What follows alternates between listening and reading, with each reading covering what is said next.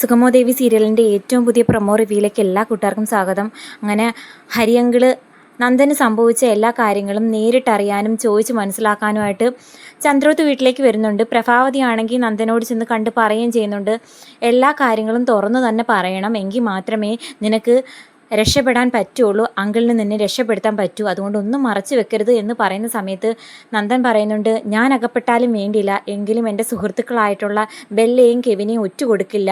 ആ കുറ്റം സ്വന്തമായിട്ട് ഞാൻ ഒറ്റയ്ക്ക് ചെയ്തു എന്ന് തന്നെ അങ്കിളിനോട് പറയൂ, അല്ലാതെ അവർക്കിതിൽ പങ്കുണ്ടായിരുന്നു, അവരാണ് കുഴിച്ചു മൂടാനൊക്കെ സഹായിച്ചതെന്നുള്ള കാര്യം ഞാൻ തുറന്നു പറയില്ലെന്ന് പറയുമ്പോൾ, അങ്ങനെ മറച്ചു വെച്ച് കഴിഞ്ഞാൽ അങ്കിളിന് നിന്നെ സഹായിക്കാൻ പറ്റില്ല മോനെ, സഹായിച്ചില്ലെങ്കിലും സാരമില്ല, എങ്കിലും എൻ്റെ സുഹൃത്തുക്കൾ പെട്ടുപോകരുത് എന്ന് നന്ദൻ ആഗ്രഹിക്കുന്നു. അങ്ങനെ അങ്കിളിനെ കണ്ട് കാര്യങ്ങൾ സംസാരിക്കുന്നു. അപ്പോൾ അങ്കിൾ ചോദിക്കുന്നുണ്ട്, അന്ന് യാദൃച്ഛികമായിട്ടാണോ നന്ദൻ ഋഷിയെ കണ്ടത്?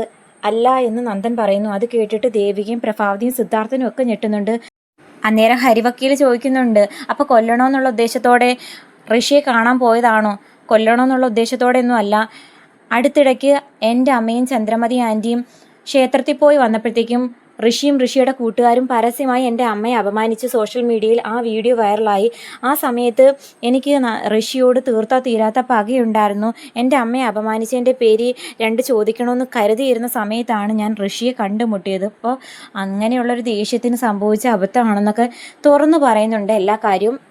പക്ഷേ പറ്റിയ തെറ്റെന്താണെന്ന് വെച്ചാൽ കെവിൻ ആ ഒരു കൊലപാതകം നേരിട്ട് കണ്ടു എന്ന് നന്ദനെ വിളിച്ചു പറഞ്ഞതാണ്. അതായത് അപകടപ്പെട്ട് കിടക്കുന്നത് കണ്ടിട്ട് നന്ദനാണെങ്കിൽ പോയതേ ഉള്ളൂ, ഋഷി മരണപ്പെട്ടോ ഇല്ലയോ എന്നൊന്നും നന്ദൻ അറിയത്തില്ല. എന്നാൽ ഹരിവക്കീലിനോട് പറഞ്ഞത് ഋഷി കൊല്ലപ്പെട്ടു, ഞാൻ തന്നെയാണ് കുഴിച്ചു മൂടിയത് എന്നുള്ള കാര്യമാണ് പറഞ്ഞിരിക്കുന്നത്. പക്ഷേ ഋഷി മരിച്ചോ കുഴിച്ചു മൂടിയോ എന്നൊന്നും നേരിട്ട് കണ്ട് ബോധ്യപ്പെട്ട കാര്യമേ അല്ലെന്നുള്ള കാര്യം ഇപ്പോഴും നന്ദന് മറ്റാരുടെയും തുറന്നു പറയാൻ പറ്റുന്നില്ല. അതൊരു വല്ലാത്ത കെണിയിലേക്കാണ് പോകുന്നത്.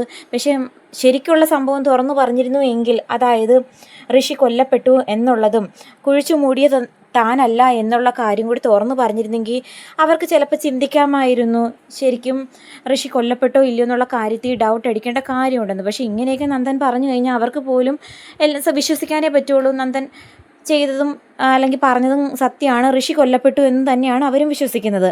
എന്തായാലും നന്ദനോട് ഹരി അഡ്വക്കേറ്റ് പിന്നെയും ചോദിക്കുന്നുണ്ട്, ഈ കൊലപാതക കുറ്റത്തെപ്പറ്റി മറ്റാരുടെങ്കിലും തുറന്നു പറഞ്ഞിരുന്നോ? അതായത് പ്രഭാവതിയോടും ദേവികയോടും സിദ്ധാർത്ഥൻ സാറിനോടും അല്ലാതെ ആരുടെങ്കിലും പറഞ്ഞിരുന്നോ എന്ന് ചോദിക്കുമ്പോഴത്തേക്കും പറഞ്ഞിരുന്നു.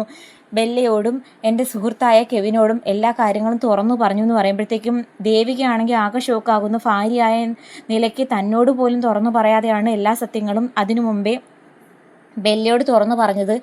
അതിൻ്റെ പിന്നിലെ രഹസ്യം എന്താണെന്ന് അപ്പം ഹരി വക്കീൽ ചോദിക്കുന്ന സമയത്ത്, ദേവിക ഒരു MLA ഒരിക്കലും എന്നെ സഹായിക്കില്ലെന്ന് എനിക്ക് വ്യക്തമായിട്ട് അറിയാം. മാത്രമല്ല ഞാൻ കാരണം എൻ്റെ കുടുംബത്തിലുള്ളവർ സങ്കടപ്പെടാൻ പാടില്ല എന്ന് വിചാരിച്ചു എന്ന് പറയുമ്പോഴത്തേക്കും, എങ്ങനെയെങ്കിലും എൻ്റെ മകനെ രക്ഷിക്കണമെന്ന് പ്രഭാവതി വീണ്ടും അപേക്ഷിക്കുന്നു. എനിക്ക് ഈ കാര്യത്തിൽ നന്ദനെ സഹായിക്കാൻ പറ്റില്ല. നന്ദൻ കൊന്നോന്ന് മാത്രമല്ല, തെളിവ് മറച്ചു വെക്കാൻ വേണ്ടിയിട്ട് ആ ഒരു ബോഡി കുഴിച്ചു മൂടുക തന്നെ ചെയ്തു. എല്ലാ തെളിവുകളും നശിപ്പിക്കുകയും കൊലപാതക കുറ്റവും ചെയ്ത സ്ഥിതിക്ക് എനിക്കെന്നല്ല ആർക്കും രക്ഷപ്പെടുത്താൻ പറ്റില്ല എന്ന് പറയുമ്പോഴത്തേക്കും എല്ലാവരും ഷോക്കായിട്ട് നിൽക്കുന്നുണ്ട്. അതേസമയം നന്ദൻ്റെ വീട്ടിൽ ഹരിവക്കീലും അതുപോലെ നന്ദനെ രക്ഷിക്കാൻ സിദ്ധാർത്ഥൻ സാറും ദേവികയൊക്കെ ചേർന്ന് പല കാര്യങ്ങളും ചെയ്യുന്നു എന്നുള്ള കാര്യം അറിഞ്ഞ് ഇസബെല്ല സമനില തെറ്റിയ മട്ടിനാണ്. ഇസബെല്ലയ്ക്ക് എങ്ങനെയെങ്കിലും നന്ദനെ സ്വന്തമാക്കണം. ഇപ്പോൾ ഋഷിയുടെ കൊലപാതകം ശരിക്കും നടന്നില്ലല്ലോ, അതൊരു ഫേക്ക് ന്യൂസ് അല്ലേ, ചുമ്മാ പറഞ്ഞു പറ്റിക്കുവാണ് നന്ദനെ. ഇനി അതിൻ്റെ പേരിൽ നന്ദൻ രക്ഷപ്പെടാൻ പാടില്ല. ശരിക്കും ദേവികയായിട്ട് ഒന്നിക്കുന്നതിനേക്കാളും ഭേദം ഞാൻ തന്നെ ഋഷിയെ കൊലപ്പെടുത്തി കൊന്നു കുഴിച്ചു മൂടും. അങ്ങനെയായാലും നന്ദൻ അകപ്പെടണം. ഒരിക്കലും ദേവികയുമൊത്ത് സന്തോഷത്തോടെ ജീവിക്കാൻ പാടില്ലെന്ന് പറയുമ്പോൾ കെവിൻ ആകെ ഞെട്ടിവിറച്ച് ബെല്ലയോട് ചോദിക്കുന്നു, ബെല്ല നീ എന്തൊക്കെയാണ് പറയുന്നത്? ഋഷിയെ കൊല്ലാനോ? അരുന്ധതി മേഡങ്ങാണ് അറിഞ്ഞു കഴിഞ്ഞാൽ എല്ലാ സത്യങ്ങളും അവർ തന്നെ തുറന്നു പറയില്ലേ? അവരുടെ മകന് യാതൊരു ആപത്ത് സംഭവിച്ചില്ല, ഇപ്പം നീ കാരണമാണ് അവന് അപായം സംഭവിച്ചതെന്ന്. അങ്ങനെയാണെന്നുണ്ടെങ്കിൽ ഞാൻ അവരെയും കൊല്ലും. എന്തായാലും സത്യങ്ങളെ അറിയാവുന്ന ഏക സാക്ഷികളെന്ന് പറയുന്നത് അരുന്ധതിയും അതുപോലെ ഋഷിയും മാത്രമല്ലേ ഉള്ളൂ. പിന്നെ നന്ദൻ പറയുന്നത് ആരും വിശ്വസിക്കാൻ പോകുന്നില്ല. കാരണം ഓൾറെഡി നന്ദനാണ് കുറ്റം ചെയ്തിരിക്കുന്നത്. എനിക്ക് നന്ദനെ സ്വന്തമാക്കാൻ പറ്റിയില്ലെങ്കിൽ അവനെ അകത്താക്കാനെങ്കിലും പറ്റിയിരിക്കണം. ഇതിന് വേണ്ടിയിട്ട് ഞാൻ എന്തും ചെയ്യാൻ മടിക്കില്ല. എനിക്ക് നന്ദനില്ലാത്ത ജീവിതത്തെപ്പറ്റി ചിന്തിക്കാനേ പറ്റില്ല. എന്നെ ആശിപ്പിച്ചിട്ട് വീണ്ടും ദേവിയൊത്ത് സന്തോഷത്തോടെ ജീവിക്കാൻ ഞാൻ അവനെ സമ്മതിക്കില്ല എന്നൊക്കെ പറയുന്ന സമയത്ത് കെവിൻ എന്ത് വേണമെന്നറിയാതെ പകച്ചു നിൽക്കുന്നുണ്ട്. എന്തായാലും നമുക്ക് പറ്റിയ ഏറ്റവും നല്ലൊരു അനുഗ്രഹമാണ് ഋഷി ജീവനോടെ ഉണ്ടെന്നുള്ള കാര്യം അവനും അവൻ്റെ അമ്മയായിട്ട് തന്നെ ആരുടെയും തുറന്നു പറഞ്ഞിട്ടില്ല. എന്തിനേറെ പറയുന്നു, അവൻ്റെ സുഹൃത്തുക്കൾ പോലും അറിഞ്ഞിട്ടില്ല.